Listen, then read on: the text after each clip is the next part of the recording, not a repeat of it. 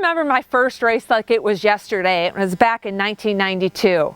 Today I want to talk about the difference between what I did back then and how it is now, specifically when it comes to the swim and the transition from the swim to the bike.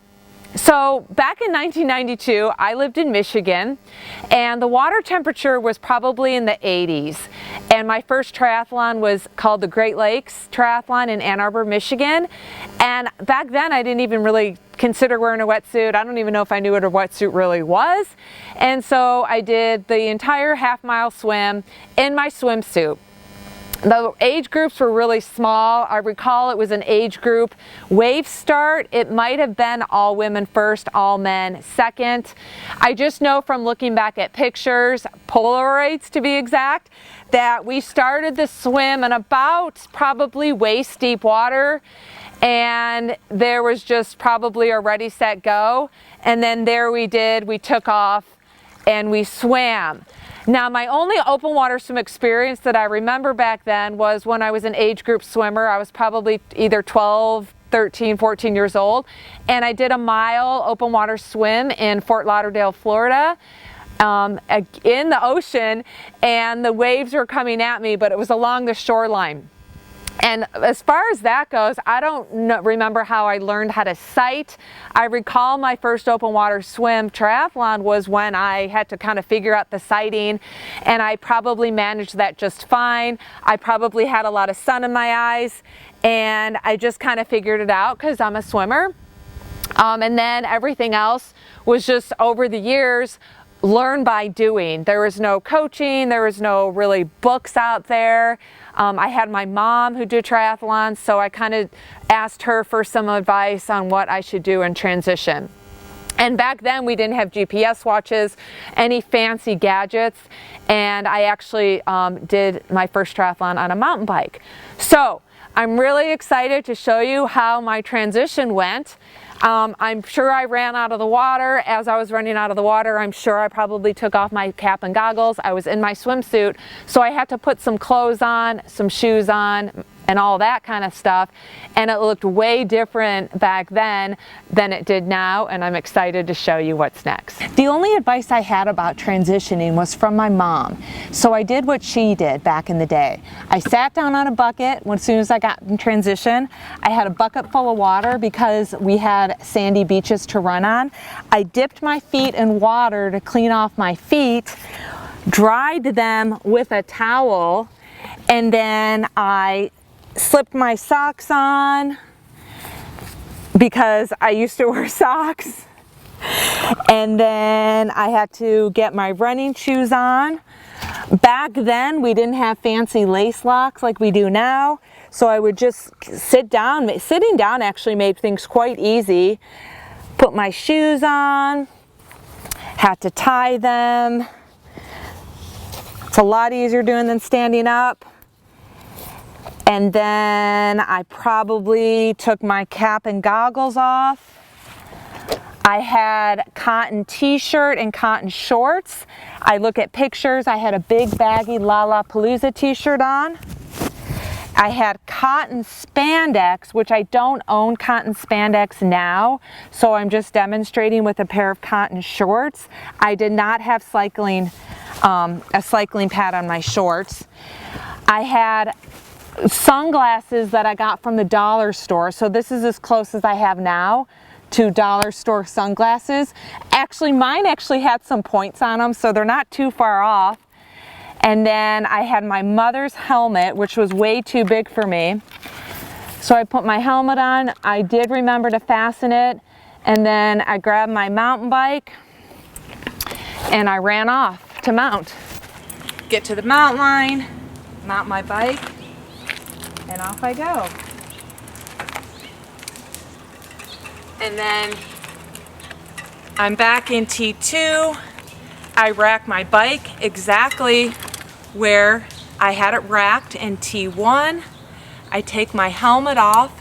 My glasses are already on. One thing, I actually did have the bib number pinned onto me, so I didn't even have a race belt. I had my bib number pinned onto my Lollapalooza t-shirt, racked my bike, and then I went out for a run. and then I finished. So one thing about transition back then was the ease of cycling and running in my running shoes. I didn't have to change shoes, and it was actually very quick. The first one was obviously slow because I dried my feet off, I sat down and all that, but T2 was actually very quick. And now, with the advent of cycling shoes, clip-in pedals, different clothing, just everything's really different. I'm going to show you that next. And now I have a nice fancy bike, triathlon style bike. I have an aero helmet. I do use racing wheels, which are more aerodynamic. I don't own a pair, but I'll borrow a pair before big races. Otherwise, I'll just race with the wheels that I train with. I have fancy glasses that come in clear as well as tinted. I have a variety of goggles that I like to use depending on the direction of the sun. I carry a pair of clear goggles and a pair of tinted goggles, just like my glasses. I have a variety of wetsuits that I wear now. I mostly wear a sleeveless wetsuit with long legs depending on the water temperature.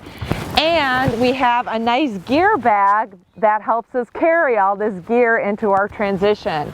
So when I arrive in T1, which is usually T2, sometimes the first transition and the second transition could be at different locations, I will rack my bike. I will rack it on the saddle so it's easy to pull out and go.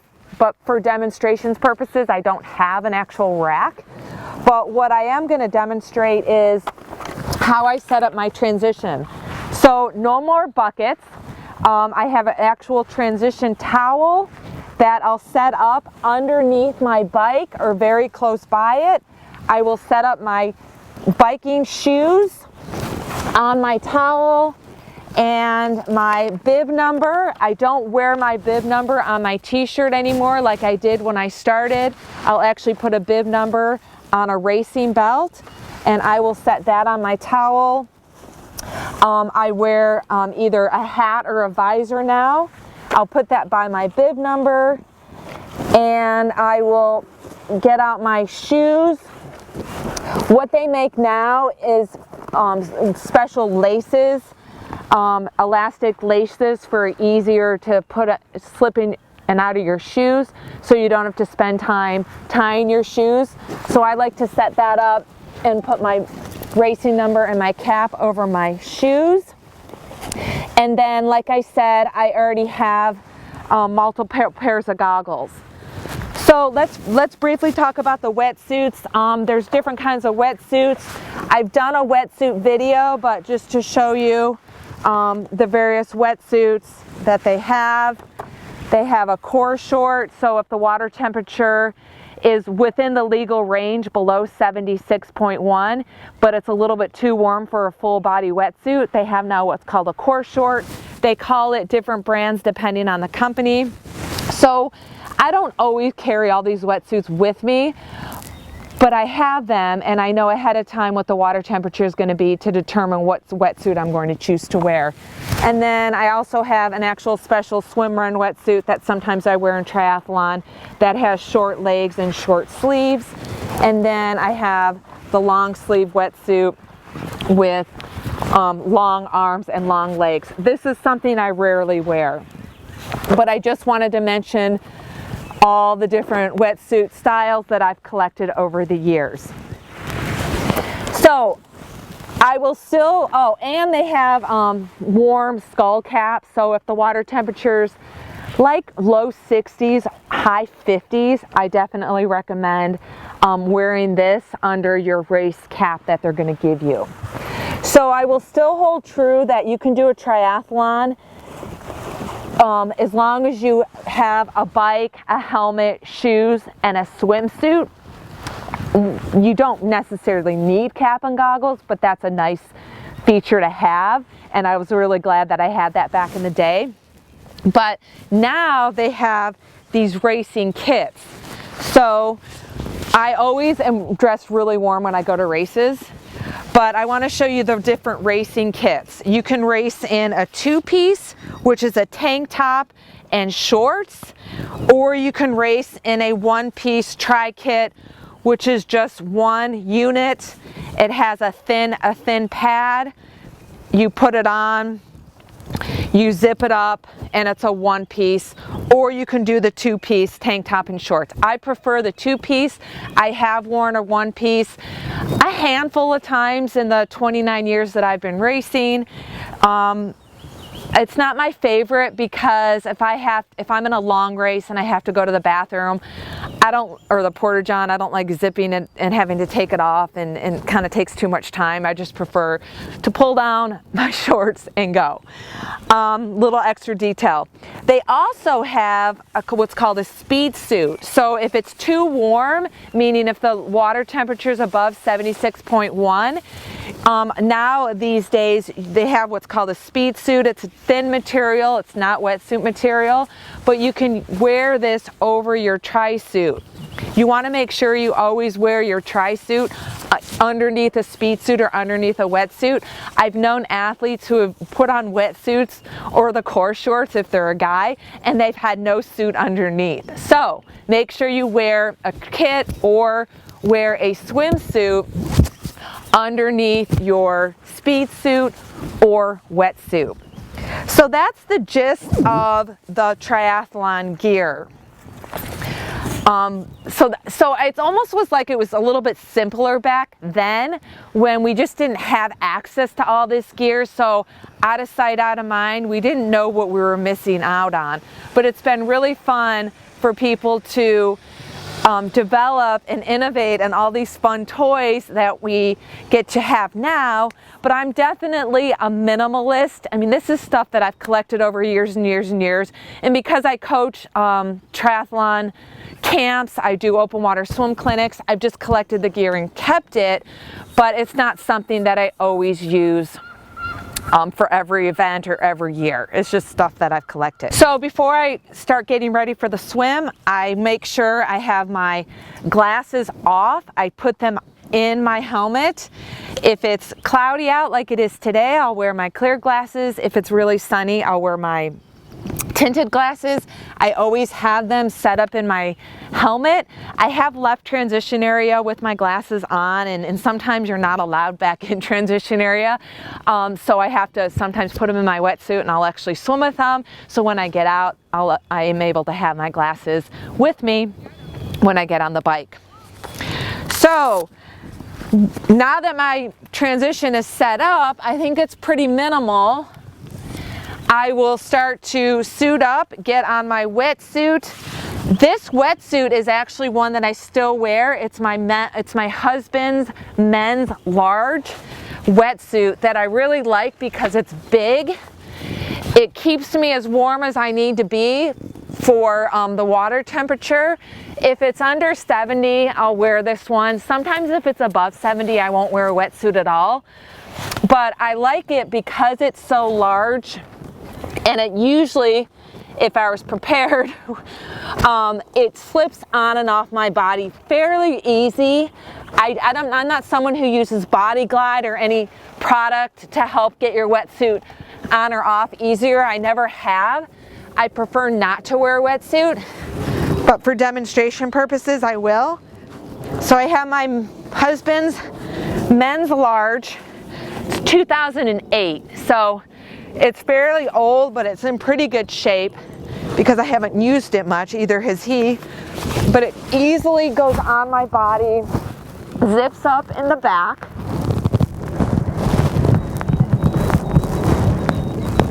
I'll have someone help me out if they're there. And I'll put the swim cap on that's provided by the race. I'll take my goggles and I'll head on out to wait for my wave to start. Most races now have what's called a rolling wave start, meaning you don't start in the water unless it's like a small local race. That may change, but most big races these days have a rolling start, meaning you line up maybe 30 minutes before the start of your wave time, and they will tell you your predictive start, and you'll just line up according to your predictive swim time. So if it's a 1.2 mile swim and you think you're going to swim around 40 minutes, you're going to line up in that 40 to 45 minute wave of people, block of people, or maybe you're trying to be a little bit faster. You're going to line up between that 35 minute and 40 minute block of people. And it's not chaotic. It's very low stress. You just kind of wait, you just kind of hang out, you just kind of watch, and it's really just the waiting game. And then once you're ready to go in, there'll be a timing system, and they will tell you when you're supposed to go. Sometimes it's actually maybe every 10 seconds. They'll allow 1 or 2 people to go. Sometimes it's just, you just kind of casually walk in the lake, you casually start, and it's that easy. And you just dive in, you start to swim, you swim around the course, and then you get out. And depending on how deep the water is, sometimes I like to dolphin dive all the way until I can't really swim anymore. Sometimes you have to get out on a ladder, and there's volunteers to help you out of the venue. But I think it's just definitely a less chaotic now than it used to be. And another thing I wanted to point out is we have GPS devices, we have heart rate monitors now, and if you end up not starting your watch at the beginning, sometimes you press the wrong button or you make a mistake, don't worry, that's why they have a timing company. They'll get your splits. Don't let it mess up your day of racing. Another big difference between triathlon then and now is the start of the race. So back then when I started, most of my races I remember was in the water start. And then over the years it's become growing with the numbers of people. So instead of like a women's wave and a men's wave, they started breaking it up into age group waves. So maybe there's about 40 to 50 people in the water, out of the water. It just depends on the nature of the venue. And then fast forward to probably the last, 8-10 years, maybe since the early 2000s, mid 2000s, probably mid 2000s, they do what's called a rolling start to make it a little bit more safer. And what that means is you line up according to your predicted swim time. So if you think you're going to do a 40-minute swim, you're going to line up either between the 40 and 45 block of people or between the 35 and 40-minute block of people. And there's either going to be a timer that is sending people every 10 seconds, or it's just going to be a casual walk in the water, and then once you cross that timing mat, start your watch, dive in, and start to swim. And then when you're coming out of the water, you're either going to dolphin dive, depending on the nature of if you're in an ocean or if you're in a lake that's getting shallower and shallower, or maybe you're going to run and try to run through the water. I like to swim as far as I can in the water until I can't really swim any farther, and then I'll stand up. So I usually like to stand up if it's below the knee because it makes it easier to run. And then you're going to stop your watch. We didn't have watches back in the day, and now we do, and it's okay if you don't stop your watch, because a lot of times you're going to get this swim time that it may throw you off. You may be exceptionally faster than you thought you were going to be because the course was shorter, or you may be a little bit longer than you anticipated because the course was just longer. And that sometimes can mess with your head. So if you are going to try to take your splits, don't get caught up on what the watches say, and just know that the timing system is going to have your splits for you after the race. So you shouldn't let that dictate how you are approaching the bike or the run or the transitions. You should already have that planned out before the race, and just start and stop things and look at all the data later. Don't let it mess with your head.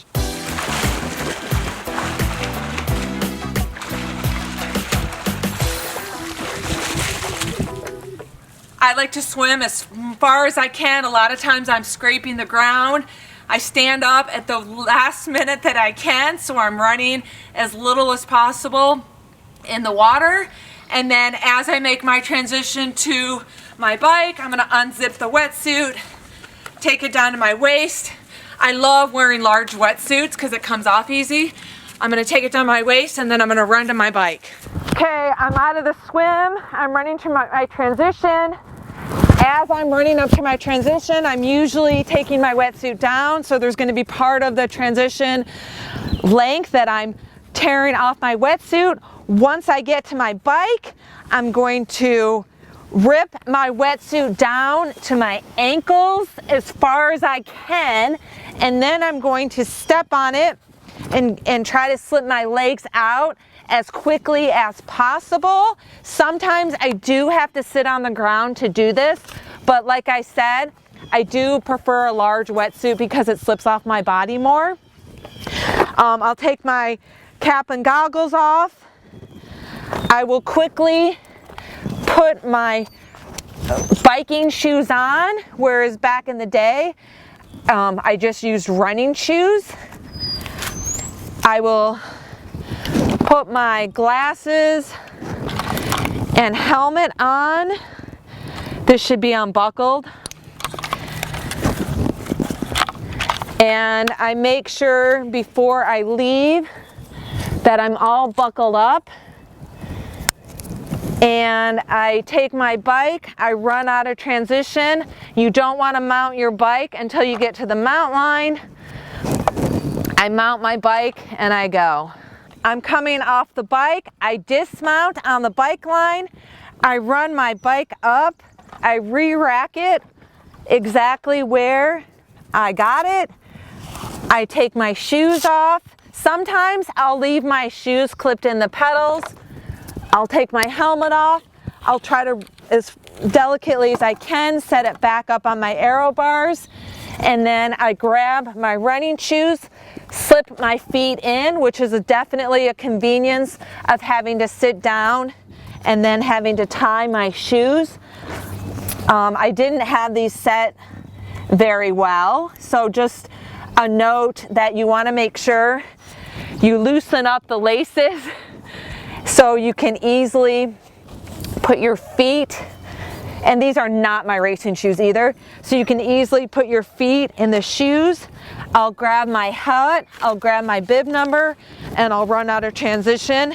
As I'm running out of transition, I'm putting my hat and my bib number on, and then I'm going. As I'm finishing up the race, this is what I look like. I have my bib number in front, my hat, my glasses, sometimes they're on. I make sure I finish, arms up with a smile. So that's a little bit how things look now compared to then. I just want to talk quickly, a little summary about what the difference is.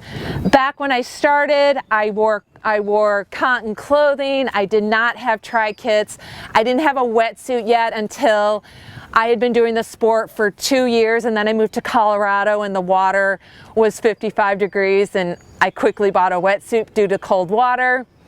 And then over the years, I stopped wearing cotton clothing, and I spent many years just racing in my swimsuit. It probably wasn't till the late 90s before tri-shorts came out, which is a little bit thinner pad in the crotch area. I did some races, I know, back in the day with cycling shorts, which is a big padding, and that is so uncomfortable. So it was really nice that they came out with tri-kits where you had something aerodynamic and slick and that you could wear, and that it didn't chafe you as much as a big cycling short did, and just the cotton clothing. So that's a huge change. Again, the reason I don't own race wheels is because technology is changing over the years, and I don't want to invest. That's a pretty big investment. I like to invest my time in training because it's all about the engine, less of the gear. And I don't invest a lot in the gear because you know, I'm so old school. I've just been doing this for so long. I know what I need to do, perform well, and what I don't need. So I don't have the racing wheels.